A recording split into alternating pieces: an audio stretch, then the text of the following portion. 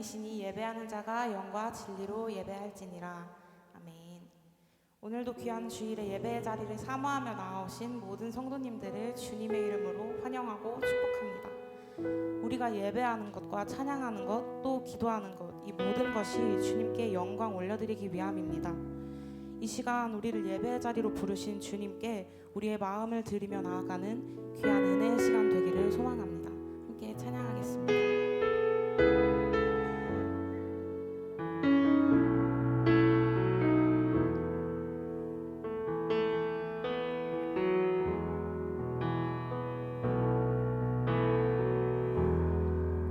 따스한 성령님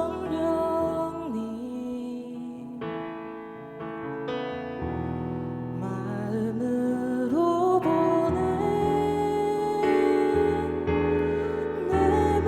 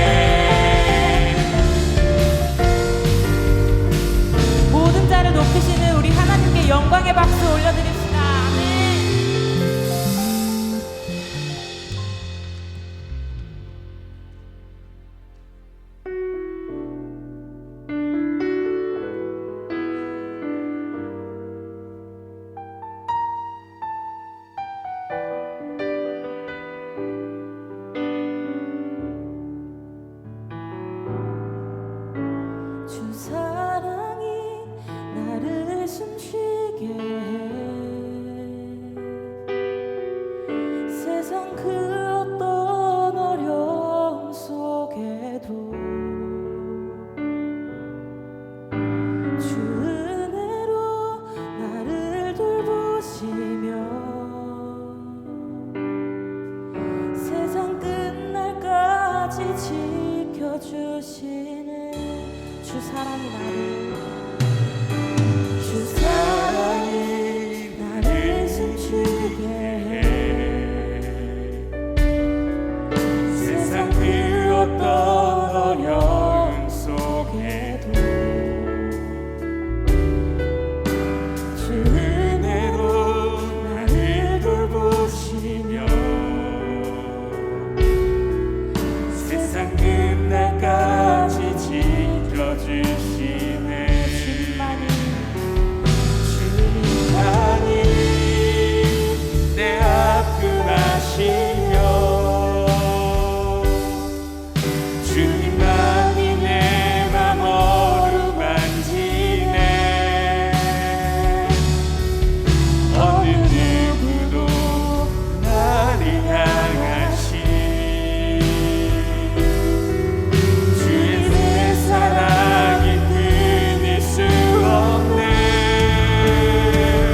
주님만이 내 능력이시며 주님만이 나의 구원이시네. 어느 누구도 나를 향하시 주님의 사랑이 끊일 수 없네. 주 사랑이 나를 이끄시네. 주 사랑이 나를 이끄시네. 내가 갈 수 없는 그곳으로 주의 사랑 나를 붙드시며 세상 끝날까지 인도하시네. 주 사랑이 나를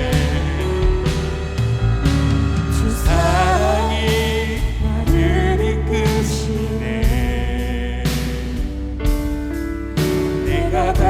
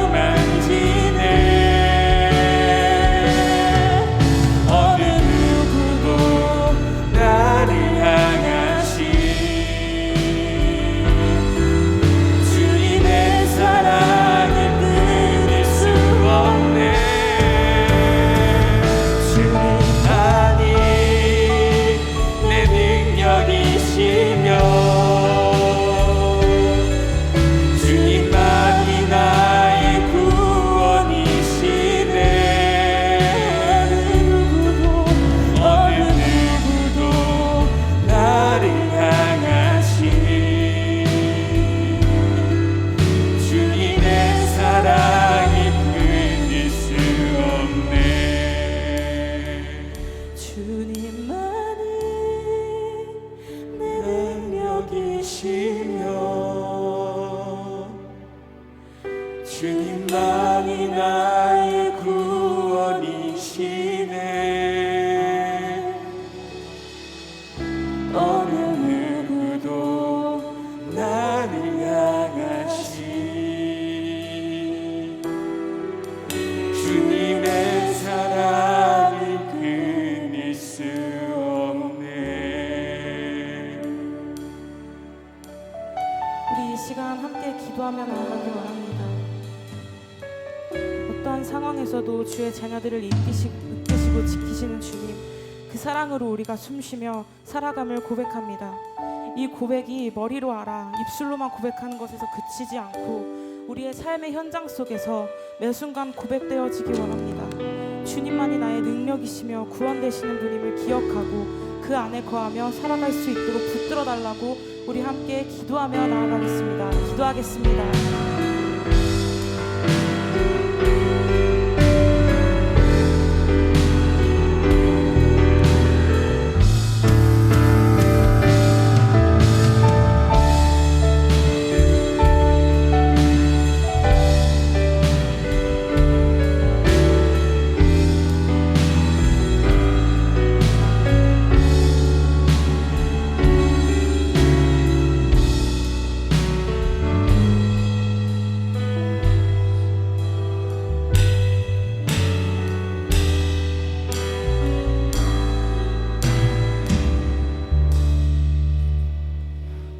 기도하시겠습니다.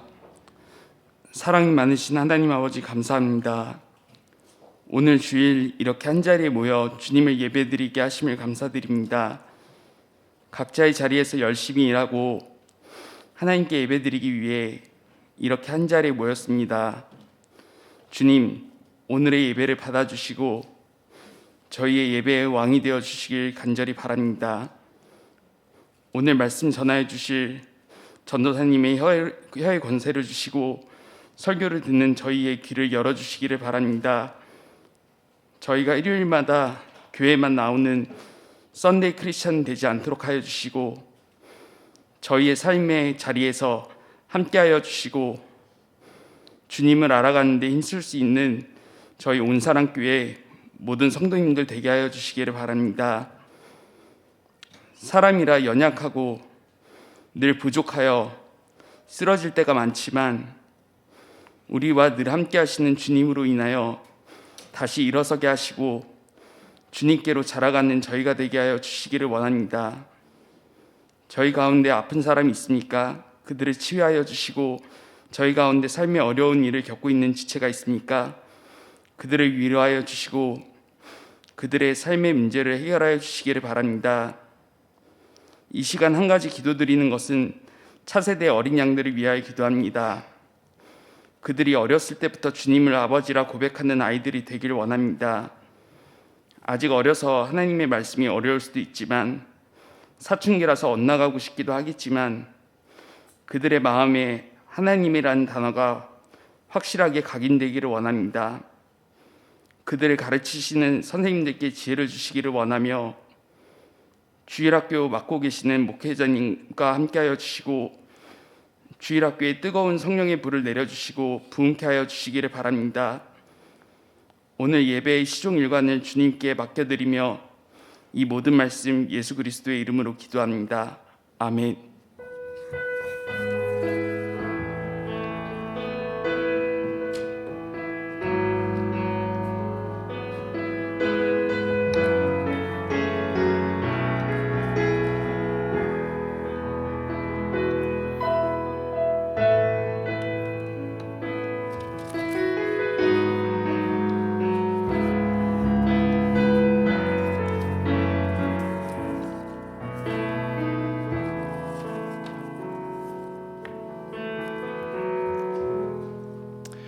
오늘 함께 보실 말씀은 사무엘상 17장 41절부터 49절까지 말씀입니다.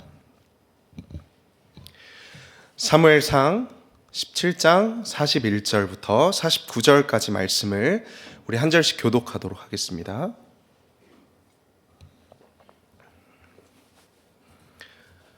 블레셋 사람이 방패든 사람을 앞세우고 다윗에게로 점점 가까이 나아가니라.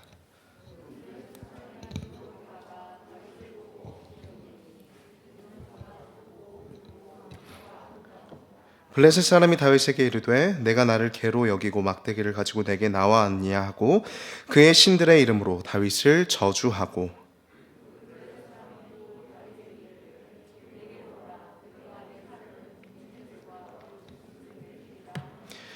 다윗이 블레셋 사람에게 이르되 너는 칼과 창과 단창으로 내게 나오거니와 나는 만군의 여호와의 이름 곧 내가 모욕하는 이스라엘 군대의 하나님의 이름으로 내게 나아가노라.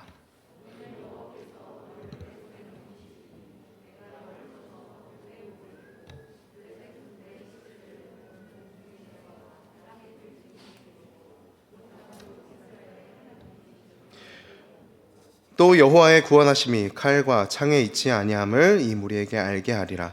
전쟁은 여호와께 속한 것인즉 그가 너희를 우리 손에 넘기시리라.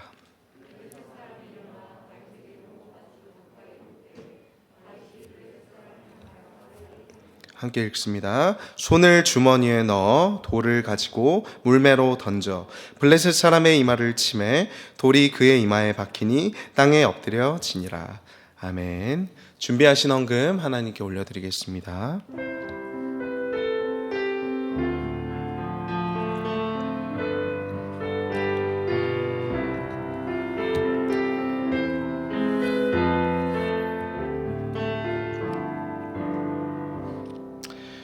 하나님 감사합니다. 오늘도 하나님을 예배하고 또한 하나님을 찬양하며 하나님 앞에 예배자로 서서 하나님의 이름을 높여드리게 하시니 감사합니다. 한 주간의 삶 가운데서 우리를 지켜 보호하여 주시고 또한 우리에게 필요한 일용할 양식과 또한 우리의 영에 필요한 모든 말씀의 양식들을 우리에게 허락하사 주일 헌금과 11조와 감사 헌금으로 건축과 선교와 장학과 구제 헌금으로 하나님의 나라와 교회와 복음을 위하여 섬기고 또한 헌신하게 하시니 감사합니다. 이 물질과 이 마음들이 사용되는 모든 곳에서 하나님의 뜻이 온전하게 이루어지게 하시고 우리의 섬김과 헌신을 통해서 하나님의 나라가 더욱더 우리에게 가까이 다가올 수 있는 귀한 쓰임 되게 하여 주시옵소서. 예수님의 이름으로 기도드립니다. 아멘. 교회 소식은 간단하게 청년부 소식만 말씀드리도록 하겠습니다. 오늘 신입생 수련회가 있어서 주일 오후 3시에 먼저 4층 식당에 모여서 같이 모여서 출발한다고 합니다. 우리 청년분들을 잘 참여해 주시고 또 함께 참여하시지 않는 분들도 위에서 기도로 함께 해주시면 좋을 것 같습니다. 우리 함께 오신 분들을 향해서 인사할까요? 참 잘 오셨습니다. 아이고, 우리 마음에 조금 문을 더 열어서 우리 인사해 보도록 하겠습니다. 주님의 이름으로 환영하고 축복합니다. 주님의 이름으로 환영하고 축복합니다. 아멘. 여러분, 우리에게 용기가 필요합니다. 모든 인간에게는 어린아이에서부터 노인에 이르기까지 용기가 필요하죠. 어린아이에게는 새로운 세상으로 나아가기 위해서 그것을 맛보고 만져보고 느껴볼 수 있는 용기가 필요합니다. 그리고 어른이 되어서도 여전히 일상을 마주하고 살아가야 하는 우리에게는 다른 것이 아니라 용기가 필요하죠. 우리에게는 일상을 살아내고 또 우리에게 주어진 현실을 직면하고 또 우리에게 주어진 모든 과업들과 사명들에 성공하기 위해서 심지어 때로는 실패하기 위해서도 용기가 필요합니다. 살아갈수록 삶의 문제는 더더욱 커져 가기에 우리에게 용기는 갈수록 더더욱 필요한 것이죠. 그리고 오늘 우리가 함께 살펴본 이 성경의 인물인 다윗에 대해서 성경은 용기 있는 사람이라고 그를 소개하고 있습니다. 우리 사무엘상 16장 18절 말씀인데요. 우리 한 목소리로 함께 읽어보겠습니다. 시작. 소년 중 한 사람이 대답하여 이르되 내가 베들레헴 사람 이새의 아들을 본즉 수금을 탈 줄 알고 용기와 무용과 구변이 있는 준수한 자라. 여호와께서 그와 함께 계시더이다 하더라. 다윗이라는 인물을 생각하면 많은 특징들을 생각할 수 있지만 오늘 우리가 함께 살펴보기를 원하는 것은 바로 이 용기입니다. 여러분, 다윗에게는 용기가 있었죠. 어떤 용기가 있었습니까?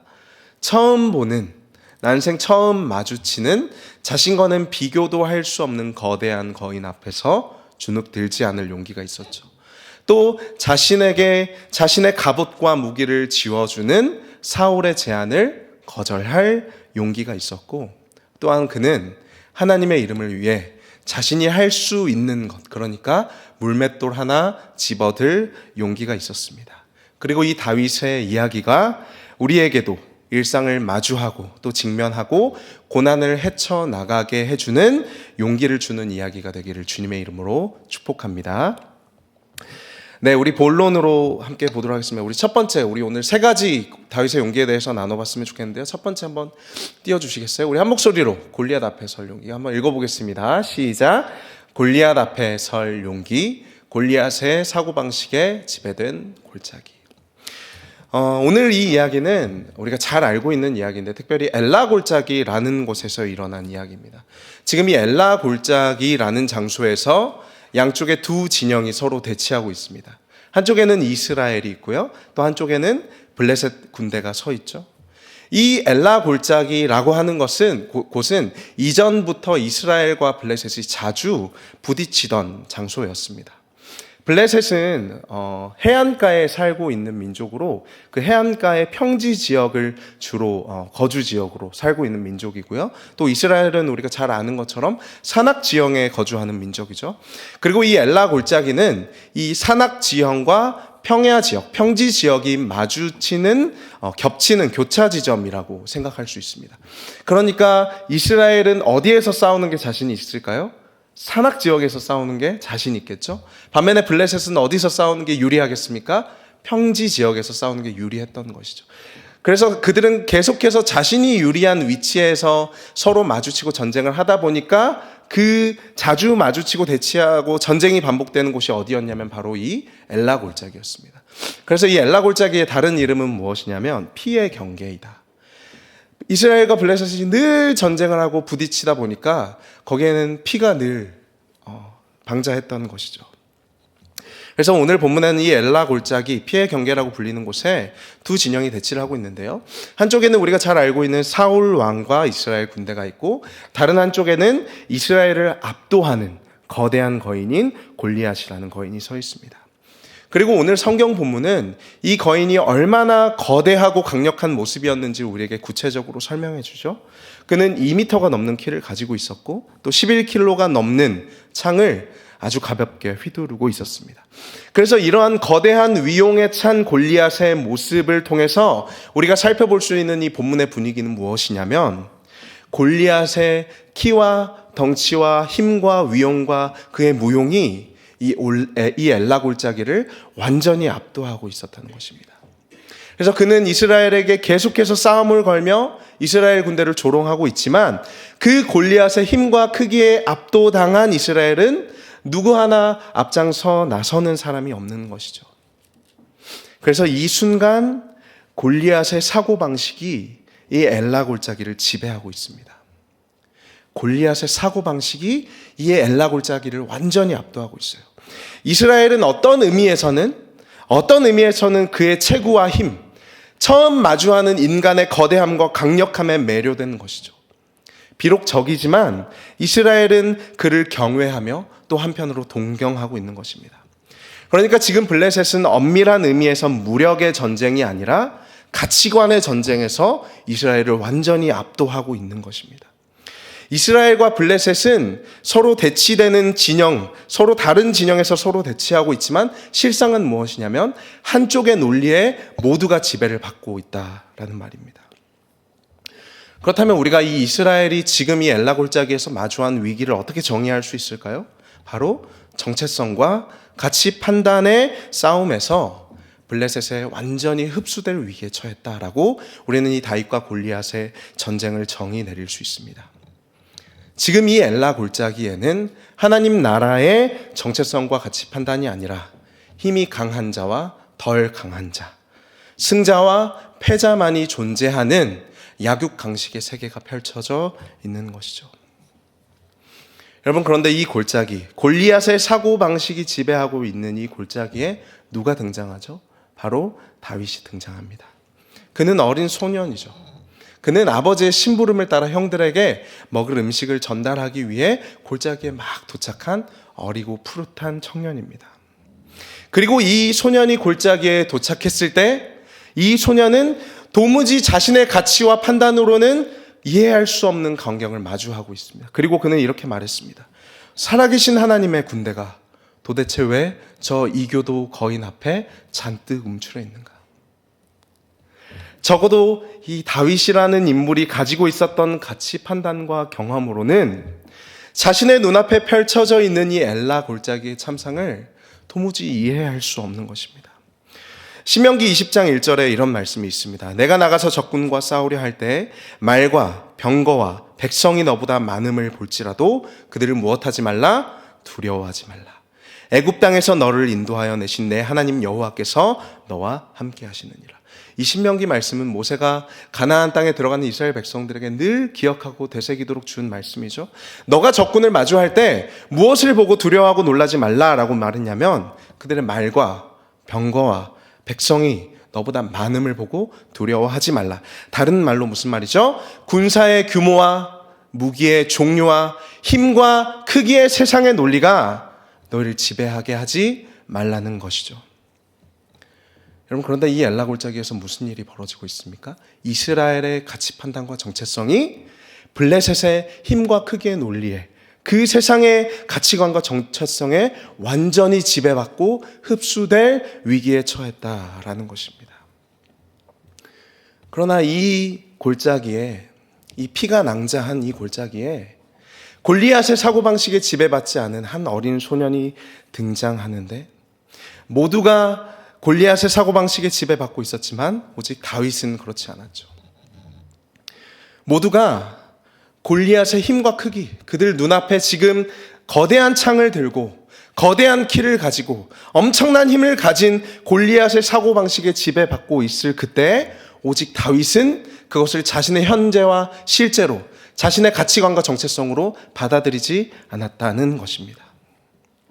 여러분, 다윗에게는 무엇이 가장 현실적이고 실제적인 것이었냐면 그가 관계하고 있는 하나님만이 그에게 유일한 현재요 실제였던 것이죠. 어른들의 세계에서 골리앗은 크고 강하며 두려운 존재, 범접할 수 없는 거인이었지만 다윗이라는 이 어린 청년의 세계에서 거인 같은 것은 별 대수롭지 않은 것이었다는 것입니다. 그는 사울에게 이렇게 말했습니다. 제가 양을 칠 때 곰이나 사자가 와서 양의 새끼를 물어가면 제가 그것을 따라가서 그들의 입에서 그 새끼를 건져냈습니다. 그리고 그것이 일어나서 나를 해하려 하거든 내가 그것의 수염을 잡고 그것의 머리를 쳐서 죽였습니다. 사자의 발톱과 곰의 발톱에서 나를 건져내신 하나님이 저 블레셋 사람의 손에서도 나를 건져내실 것입니다. 모든 어른들이, 모든 무장한 이스라엘 군대가 골리앗의 사고방식으로 세상을 바라보며 두려워할 때 이 한 소년만은 하나님의 사고방식으로 세상을 들여다보고 그것을 해석하고 바라볼 줄 알았다는 것이죠. 여러분, 다윗은 왜 그렇게 할 수 있었을까요? 우리 앞에 골리앗이 나타난다면 우리가 그 힘과 위엄과 크기에 압도당하지 않을 수 있을까요? 다윗은 어떻게 그렇게 할 수 있었겠습니까? 그는 베들레헴 언덕에서 양을 돌보면서 하나님을 경배하고 노래하고 찬양하고 또 기도했습니다. 그리고 그는 그 양을 돌보며 하나님이 얼마나 위대하신 분이시며 또 얼마나 가까이 계신 분이신지를 체험했습니다. 그는 양과 사자와 곰과 싸우며 하나님이 자신을 지키시는 분이시라는 것을 누구보다 잘 알고 있었죠. 그래서 다윗은 골리앗 앞에서 그의 커다란 키와 갑옷과 투구와 무기, 힘과 크기의 논리, 승자와 패자의 논리, 즉 골리앗의 사고방식에 지배받지 않을 수 있었습니다. 이 어린 소년의 사고방식에는 곰과 사자를 압도하는 크고 강력한 무언가가 자리 잡고 있었죠. 바로 하나님이었습니다. 여러분, 이것이 다윗의 첫 번째 용기입니다. 골리앗 앞에 설 용기, 그리고 골리앗의 사고방식에 지배받지 않을 용기이죠. 주어진 현실을, 모두에게 똑같이 주어진 이 엘라 골짜기의 현실을 골리앗의 관점이 아니라 하나님과의 관계성 안에서 바라보고 해석할 수 있는 용기가 바로 다윗의 용기입니다. 우리 두 번째 용기도 한번 볼까요? 두 번째 용기도 우리 한 목소리로 같이 한번 읽어보겠습니다. 시작. 사울을 올려다 보지 않을 용기, 우리에게 맞지 않을 옷을 거절할 용기. 우리 한 번만 다시 읽어보겠습니다. 우리 힘을 내서 큰 목소리로 용기를 내서 한번 읽어보겠습니다. 시작. 사울을 올려다 보지 않을 용기, 우리에게 맞지 않는 옷을 거절할 용기. 이제 다윗은 골리앗과 싸우고자 합니다. 그래서 어떤 사람이 그런 다윗을 누구 앞으로 데려갔냐면 사울 왕 앞으로 데리고 갑니다. 사울은 이 작고 어린 소년이 무모하다고 생각했습니다. 그리고 한편으로는 걱정이 되었죠. 그래서 사울은 자신이 알고 있는 최선의 방법으로 다윗을 돕고자 했습니다. 그 방법이 무엇이죠? 바로 자신의 갑옷을 입히고 자신의 칼을 주는 것입니다. 그로 하여금 가장 좋은 갑옷을 입히고 가장 좋은 칼, 즉 성능이 검증된 가장 좋은 무기를 들게 하는 것이 사울이 고안한 최선의 방법이었습니다. 이것은 두 가지 의미에서 사울이 할 수 있는 최선의 제안이죠. 첫 번째는 명예이고 두 번째는 기능입니다. 여러분, 첫 번째로 명예. 제가 만약 다윗이라면 사울 왕이 저에게 나의 갑옷과 나의 칼을 들고 전장에 나가보지 않을래? 라고 제안한다면 저는 이렇게 생각했을 것 같습니다. 내가 왕의 투구와 갑옷을 입고 왕의 검을 입고 전장에 등장한다면 방금까지 나를 나무랐던 형이 나에게 무엇이라고 생각할까? 우리 동네에도 내가 사울의 옷과 검을 들었다는 소문이 다 나지 않을까? 저기 밖에 있는 수많은 군사들이 왕의 갑옷을 입은 저를 우러러보지 않겠습니까? 왕의 갑옷과 무기를 든다는 것이 일생일대의 영광이 아니겠습니까? 그렇다면 기능적인 측면에서는 어떻죠? 가장 중요한 인물인 왕을 보호하기 위한 갑옷과 투구입니다. 그리고 그런 왕의 적을 치기 위한 칼입니다. 그 갑옷은 얼마나 튼튼하겠으며 그 칼은 얼마나 예리하겠습니까? 그러니까 그런 차림을 하고 전장에 나가는 것을 영광으로 여기지 않을 사람이 어디 있겠으며 또한 그 안전함과 그 효율성을 포기할 사람이 어디 있겠습니까? 그런데 다윗이 그 갑옷과 무기를 들었을 때 어땠죠? 자신의 스스로의 모습이 너무나도 어색했습니다. 그는 사울의 갑옷과 무기를 들고 어색하게 뒤뚱거리고 있었습니다. 그리고 다윗에게는 이제 그 사울의 옷을 입고 뒤뚱거리며 전장에 나갈 것인가, 아니면 감히 왕의 제안을 거절할 것인가. 다윗은 선택의 기로에 놓인 것입니다. 여러분, 어떤 선택을 하시겠습니까? 여러분, 사울은 자신이 줄 수 있는 최선의 것으로 다윗을 보호하고자 합니다. 이것은 우리 모두가 하는 것이죠. 같은 의미에서 부모는 자녀를 위해서 부모가 가진 최선의 것으로 자녀에게 입히고 자녀의 삶을 보호하고자 합니다.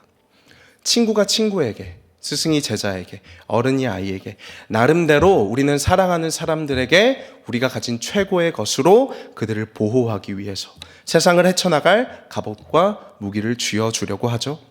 그러나 많은 경우에 그것이 우리 자녀들에게나 또 우리 자신에게 맞지 않는 경우가 많습니다.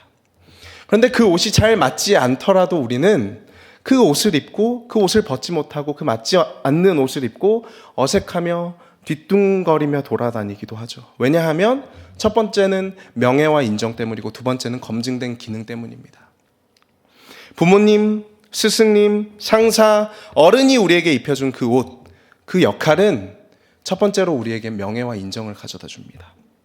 그 권위와 지배를 그대로 물려받는 것이죠. 두 번째로 그것은 기능으로서 검증된 것이기도 합니다. 그래서 부모의 삶을, 부모가 우리에게 요구하는 삶과 스승이 우리에게 요구하는 삶과 상사가 우리에게 요구하는 삶을 거절하지 못하고 어색하게 뒤뚱거리며 돌아다니게 되는 것이죠. 유진 피터슨 목사님, 메시지 성경을 쓰신 유진 피터슨 목사님은 다윗이 사울의 제안을 거절할 수 있었던 이유가 무엇이냐고 말하냐면 그가 사울을 올려다보지 않았기 때문이라고 말합니다.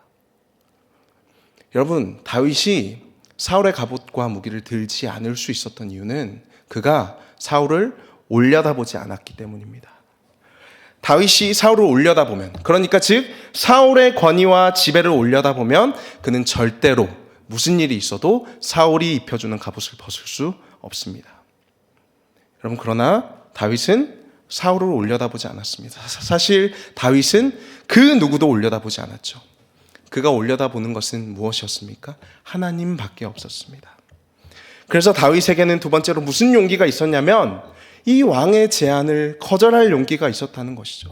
그것이 아무리 화려한 것이고 또 남들이 알아주는 것이며 능력 있는 것이고 검증된 것이고 값진 것일지라도 다윗은 사울을 올려다보지 않았기 때문에 자신에게 맞지 않는 옷을 과감하게 벗어버릴 용기, 왕의 제안을 거절할 용기가 있었습니다.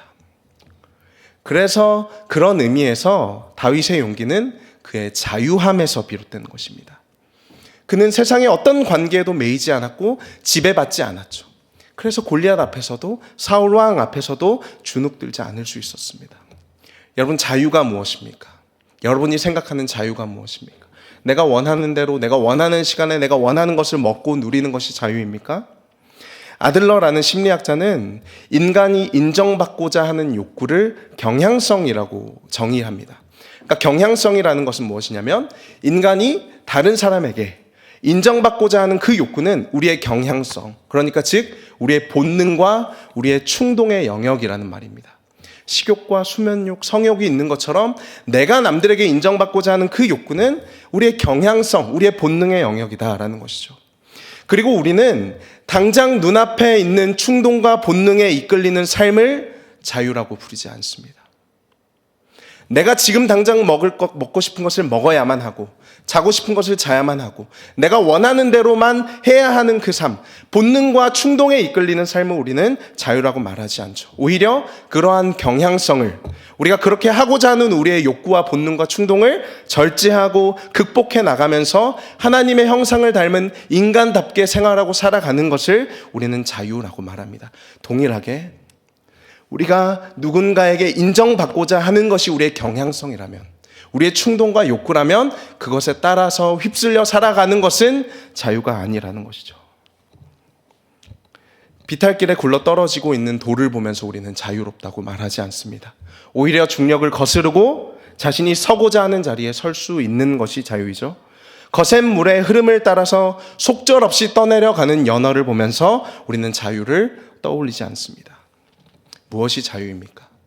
사람들의 시선과 내가 어떻게 보일까 하여 그 명예로 인해, 그 인정으로 인해, 그 검증된 기능으로 인해 사울의 갑옷을 입는 것이 아니라 자신에게 맞지 않음을 알고 거절할 수 있는 것이 우리의 자유라는 거죠. 그리고 그 자유로 인해서 다윗에게는 용기가 주어졌다라는 것입니다. 사울의 갑옷과 무기라는 검증된 기능, 모두가 그렇게 하는 관습적인 습관을 따라 모두가 가는 길로 안전하게 가는 것이 자유가 아니라 때로는 그것을 거절하고 하나님과 나 사이의 관계성 안에서만 결정할 수 있는 것. 세상 그 어떤 사람이 아니라 하나님과 나 사이의 관계성 안에서만 결정하고 판단할 수 있는 것을 우리는 자유라고 부릅니다. 여러분, 적어도 다윗에게는 잘했다라고 칭찬해 주실 분이 자신의 아버지도 아니었고 자신의 형들도 수많은 사람들도 심지어 사울 왕도 아니었습니다. 다윗에게 잘했다라고 하실 수 있는 분은 철저하게 하나님밖에 없다는 것이죠. 다윗은 철저하게 하나님과만 수직 관계에 놓여 있습니다. 그래서 다윗은 자유하고 그래서 다윗은 용기를 낼 수 있는 것입니다. 여러분, 이것을 여러분의 인생에 적용해 보시기 바랍니다. 저와 여러분에게는 오직 하나님만 수직 관계에 있다는 사실을 기억하시길 바랍니다. 다만 우리는 모든 일을 대등하게 대해야 합니다. 상사도 부하 직원도, 선배도 후배도, 어린아이와 노인, 가난한 자, 부유한 자, 심지어는 종과 주인조차도 그리스도의 복음 안에서 대등합니다. 그러므로 그 누구와도 여러분이 살아가는 이 세상 속에서 그 어떤 관계 속에서 단 한 사람과도 수직 관계를 설정하지 마십시오. 아래도 아니고 위도 아닙니다. 덕을 세우지 말라는 말이나 예의를 지키지 말라는 말이 아닙니다. 하나님께만 해야 하는 순종과 하나님께만 받아야 하는 칭찬과 인정을 사람에게 구하거나 주지 말아야 한다는 말입니다. 우리가 인정을 받아야 되는 대상은 오직 우리 주 예수 그리스도밖에 없다는 것이죠. 그래서 바울이 한 말을 기억하시기 바랍니다. 갈라디아서 3장이죠. 너희는 유대인이나 헬라인이나 종이나 자유인이나 남자나 여자나 그리스도 예수 안에서 다 하나이다. 너희는 모두 다 대등한 존재이다. 여러분, 우리 위에는 하나님밖에 없습니다. 이것이 다윗의 두 번째 용기입니다. 어색한 옷을 입지 않을 용기와 자유가 다윗에게는 있었습니다. 잠깐 정리해 볼까요? 첫 번째는 무슨 용기였죠? 골리앗 앞에 설 용기. 즉 골리앗의 사고방식에 지배받지 않을 용기였습니다.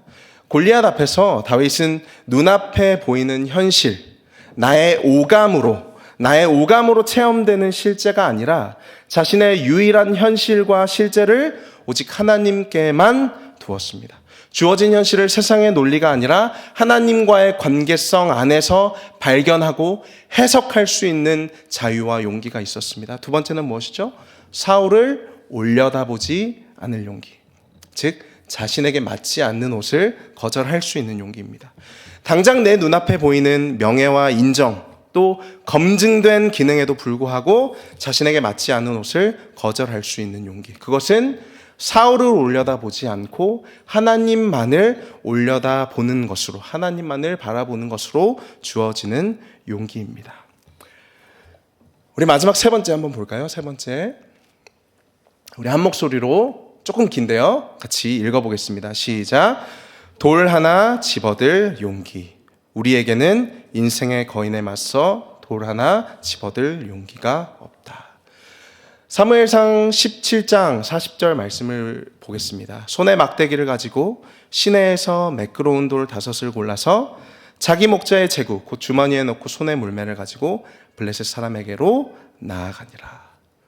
여러분, 이 장면을 한번 우리 머릿속에 상상해 볼까요? 다윗은 지금 어떤 옷을 입고 있습니까?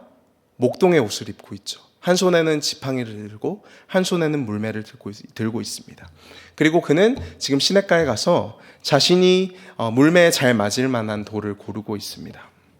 실제로 이 엘라 골짜기라는 골짜기에 가보면 이 양측이 대치하고 있는 이 골짜기 한가운데 졸졸졸 고요하게 시냇물이 흐르고 있다고 합니다.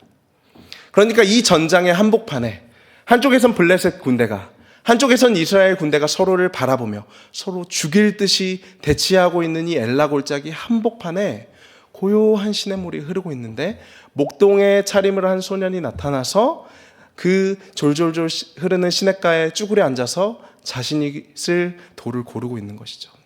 여러분, 이것이 얼마나 전장에 어울리지 않는 광경입니까? 그런데 이 전장에 가장 어울리지 않는 모습을 한 이 연약한 소년이, 심지어는 갑옷과 제대로 된 무기조차 하나 들지 않은 이 소년이 전쟁을 마무리 지으려 합니다. 여러분, 하나님은 이 이야기를 통해서 무엇을 말씀하시고자 하시는 것일까요? 여러분, 온 이스라엘이 벌벌 떨고 있는 와중에 블레셋의 거인에 맞서서 누가 나섰습니까? 누가 나서야 했습니까? 잘 무장된 군대와 심지어는 이스라엘 중에 거인이라고 소문난 사울왕. 사울이라는 인물은 처음에 이제 소개를 할 때 남들보다 어깨 하나가 더 크다라고 거인으로 묘사되죠. 잘 무장된 군대와 심지어는 이스라엘 중에 거인이라고 소문난 사울 왕마저 두려워하고 있는 저 골리앗에 맞서기 위해서 여러분, 누가 나섰습니까? 이스라엘 중에서 가장 연약한 자, 가장 전쟁에 어울리지 않는 자가 나선 것이죠. 여러분, 이것이 이 이야기가 우리에게 하고자 하는 진짜 메시지입니다. 이 다윗과 골리앗의 이야기의 요지는 우리가 다윗처럼 돼야 한다라는 것이 아닙니다. 물론 우리는 다윗처럼 돼야 하지만 이것이 그 이야기의 첫 번째 접근은 아니라는 것이죠. 이 이야기가 정말로 우리에게 던지고자 하는 메시지는 무엇이냐면, 전장에 나섰어야 할 이스라엘 백성들 중 그 누구도 자신들의 승리를 위해서, 하나님의 이름을 위해서 돌 하나라도 집어들 용기가 없었다는 것이 이 이야기가 우리에게 하고자 하는 메시지입니다. 저 작은 소년, 연약한 소년, 무엇 하나 무장된 것이 없고 준비된 것이 없는 저 소년조차 하나님을 모욕하는 저 거인을 대항하여 민족의 승리를 위하여 돌 하나라도 집을 용기를 내었는데, 이스라엘 백성들 중 그 누구도 돌 하나라도 집어들 용기가 없었다는 것이죠. 누구 하나 골리앗의 사고방식에 지배받지 않는 자가 없었고 누구 하나 사울을 올려다보지 않는 자가 없었으며 골리앗에 대항하여 우리 중에 그 누구라도 돌 하나 집어들 용기가 있는 자가 단 한 사람도 없었다는 것이 이 성경의 이야기가 우리에게 말하고자 하는 것입니다. 이것이 우리 자신의 현실이라는 것이죠. 여러분, 살아가면 우리는 우리 인생에, 우리 일상의 거인들을 마주합니다. 반드시 마주합니다. 질병과 이별, 죽음과 고독, 공허, 실패, 좌절, 비난, 거절 같은 것들이 우리가 날마다 일상에서 마주하는 거인들이죠. 그리고 이스라엘 백성들이 자신들의 정체성을 망각하고 숨어 있는 것처럼 우리 자신도, 이 다윗 이야기를 읽고 있는 우리 자신도 우리 모두가 인생의 그 거인들 앞에서 무력하다는 것이죠. 모두가 하나같이 잔뜩 숨죽이고 움츠러들어서 저 거인이 나에게는 찾아오지 않기만을 벌벌 떨며 숨어 있다는 것입니다.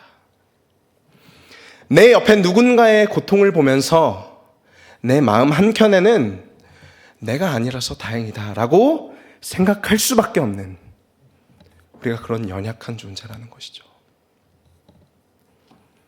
여러분, 그런데 누가 우리를 대신해서, 용기 없는 우리를 대신해서 누가 전쟁에 나섰습니까? 어린 소년이죠.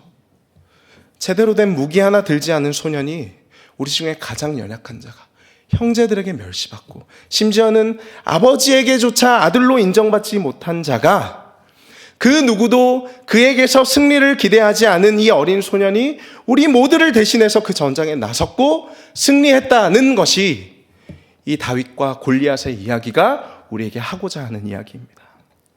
그리고 동시에 이것은 누구의 이야기죠? 다윗의 자손으로 오신 예수 그리스도의 이야기죠.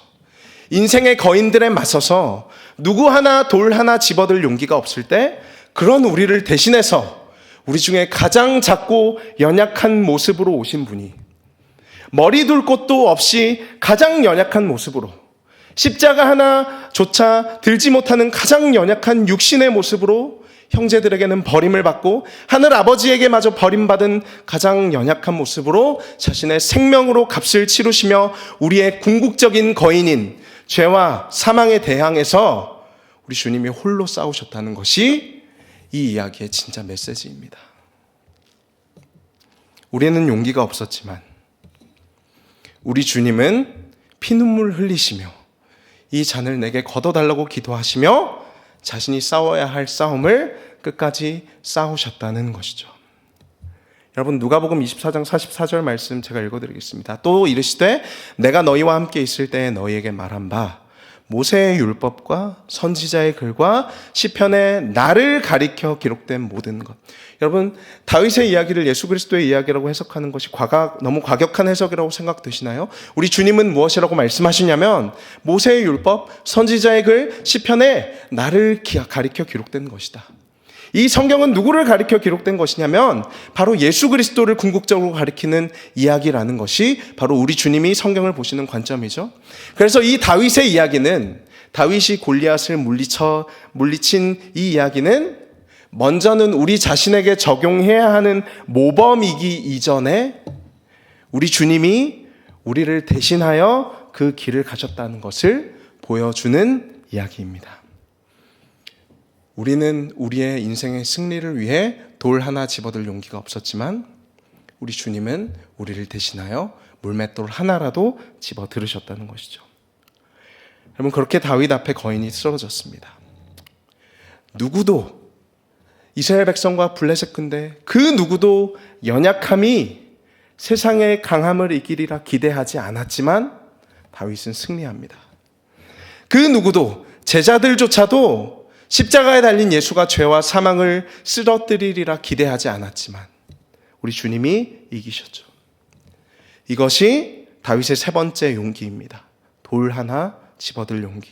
그리고 이 다윗의 용기와 승리는 다윗의 후손으로 오신 예수 그리스도의 승리의 이야기며, 비록 우리는 돌 하나 집어들 용기가 없는 자들이지만 우리를 위해 싸움을 싸우시는 주님으로 인해 용기를 낼 수 있다는 이야기입니다. 결론 말씀드리겠습니다. 저희 첫째 딸 은하가 가끔 무서운 상황이나 그리고 낯선 곳에 가면 갑자기 뜬금없이 만화 대사처럼 이렇게 외칠 때가 있습니다. 난 두렵지 않아. 용기를 낼 거야. 아무도 물어보지 않았는데 말이죠. 자신이 낯설고 두려운 상황 속에서 난 두렵지 않아. 용기를 낼 거야. 여러분, 그 말을 들으면서 저는 알고 있죠. 사실은 두려운 것이죠, 이 아이가. 그리고 놀랍게도 이 아이는 자신에게 정말로 필요한 것이 무엇인지 알고 있습니다. 바로 용기입니다. 그리고 저희 딸에게 그런 용기를 주는 것은 다름 아닌 엄마가 잠자리에서 들려주는 수많은 이야기들입니다. 괴물과 마녀를 무찌른 왕자의 이야기, 고난과 역경 속에 굴하지 않고 이겨낸 공주의 이야기. 그 이야기들이 저희 딸에게 용기를 줍니다. 나도 그 왕자처럼, 그 공주처럼 이겨내야지. 여러분, 작은 어린아이에게 용기가 필요한 만큼이나 저와 여러분에게도 날마다 용기가 필요합니다. 주어진 삶을 피하지 않고 직면하고 마주할 용기. 나에게 맞지 않는 옷을 거절할 수 있는 용기. 사람을 올려다보지 않고 하나님을 바라보며 때로는 인정받지 않을 용기.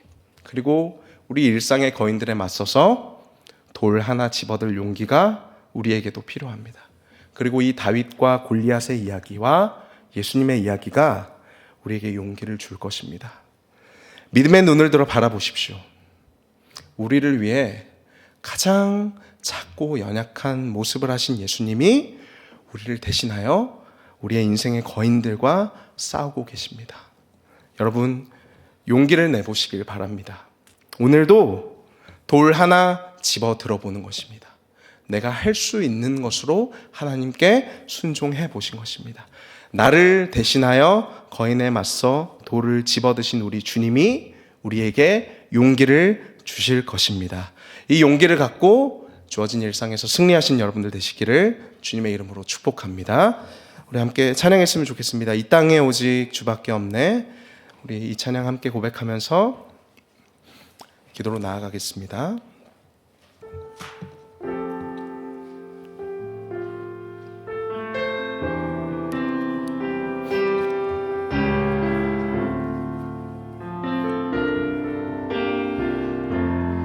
이 땅에 오직 주밖에 없네. 그 무엇도 나를 채울 수 없네. 주님의 평안 내 안에 있네. 그 누구도 우리 한 번 더. 이 땅에 오직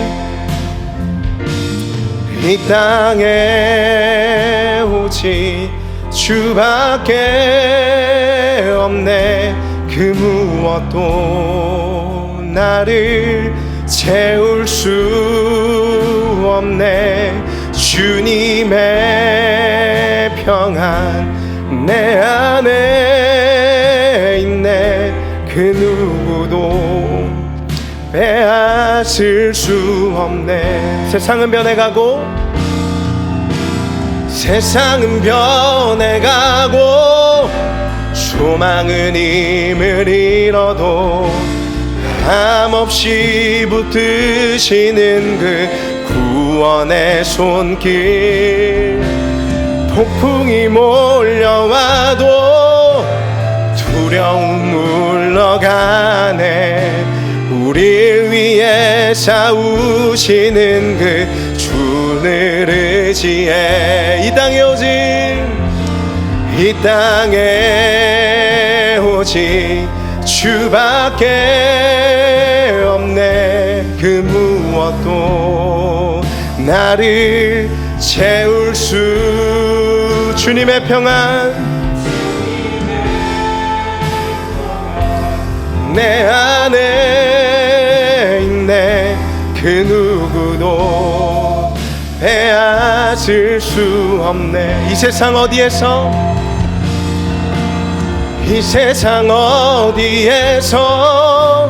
평안을 찾을 수 있나. 목숨까지 내어주신 그 깊은 사랑을 우리가 바래왔고 꿈꾸어왔던 미래가 그 한없는 사랑 안에서 열리고 있네. 이 땅에 오직 주밖에 없네. 그 무엇도 나를 채울 수 없네. 주님의 평안 내 안에 있네. 그 누구도 빼앗을 수 없네. 우리 함께 기도하겠습니다. 하나님, 날마다 우리가 마주하는 인생의 거인들 앞에서 하나님, 우리에게는 용기가 필요합니다. 골리앗의 사고방식이 아니라 오직 하나님과의 관계성 안에서 주어진 현실을 해석하고 바라볼 수 있는 용기가 필요합니다. 하나님, 우리에게는 나에게 맞지 않는 옷을 입지 않을 용기가 필요합니다. 사람을 올려다보지 않고 하나님을 바라볼 수 있는 용기를 주시옵소서. 우리를 대신하여 거인들에 맞서 싸우신 우리 주님을 기억하며 우리도 일상의 거인들에 맞서 돌 하나 집어들 용기를 허락하여 주시옵소서. 우리가 주님과 함께 손잡고 담대히 우리에게 주어진 싸움을 승리하게 하여 주시옵소서. 우리 그 마음 가지고 주님 앞에 함께 간절히 기도하며 나아갑니다. 하나님, 우리에게 용기를 허락하여 주시옵소서. 주어진 상황과 현실과 인생을 마주하고 직면할 용기를 허락하여 주시옵소서. 하나님, 우리에겐 용기가 없습니다. 하나님, 우리에게 날마다 담대함을 허락하여 주시옵소서. 눈에 보이는 현실을 바라보며 두려워하고 움츠러들어 있는 것이 아니라 우리의 믿음의 눈을 들어 일하고 계시는 주님을 보게 하여 주시옵소서. 세상의 가치와 판단이 나의 인생을 지배하지 않게 하여 주시옵소서. 오직 하나님의 다스리심과 인도하심만이 우리를 주장하고 다스리게 하여 주시옵소서.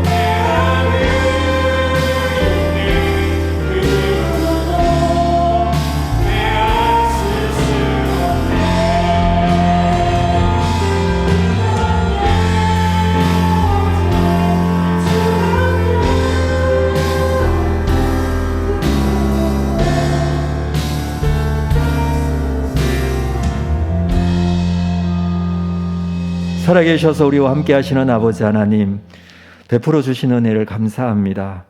하나님의 은혜로 주님 앞에 더 가까이 세워지는 우리의 삶이 되기를 원합니다. 은혜가 없이 이 세상에서 넘어지고 쓰러질 수밖에 없지만 하나님의 은혜가 있으면 우리가 다시 한번 일어설 수 있을 줄 압니다. 이 힘과 능력이 나의 삶의 일상생활 속에 이어지기를 원합니다. 그 무엇도 우리와 함께 하지 못하고 그 무엇으로도 답을 얻을 수가 없지만 하나님께서 베푸시는 은혜의 힘과 능력으로 거룩하게 세워질 수 있기를 소망합니다. 함께 하실 줄로 믿습니다. 예수님의 이름으로 기도합니다. 아멘. 지금은 우리 주 예수 그리스도의 은혜와 하나님 아버지의 크신 사랑하심과 성령님의 교통위로 함께 역사하심이 주님 앞에 예배하며 주신 말씀의 은혜로 일상생활 속에 승리하는 삶을 살기를 소망하는 우리 모든 성도들 심령 위에 지금으로부터 영원토록 함께 있을지어다. 아멘.